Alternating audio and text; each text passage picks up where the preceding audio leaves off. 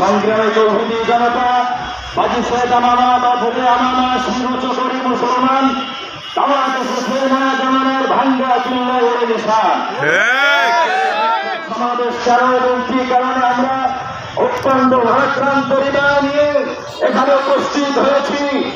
মুসলিম জাতি মনে রাখতে হবে এদেশের ইতিহাস রক্ত দেওয়ার ইতিহাস। গত 2 দিন আগে শহীদি করার সময় যখন আমরা শহীদি করেছি বিভিন্ন রকম আইটেমের খাবার দিয়ে, সেই কঠিন মুহূর্তে আমার মা বোনেরা গাজার বিভিন্ন মুসলমানেরা তারা শহীদি করেছে রক্ত দিয়ে।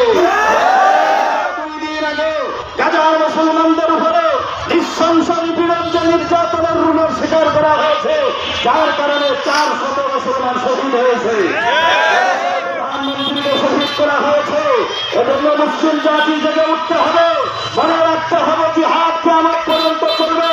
আল্লাহর পয়গম্বর বলেন জিহাদু বাদিন ইলা ইয়াউমিল কিয়ামা। এই বাংলাদেশ থেকে আমরা জিহাদের ডাক দিলে আমরা একত্রিত হয়ে গাজায় যে যুদ্ধ করার জন্য প্রস্তুত আছি।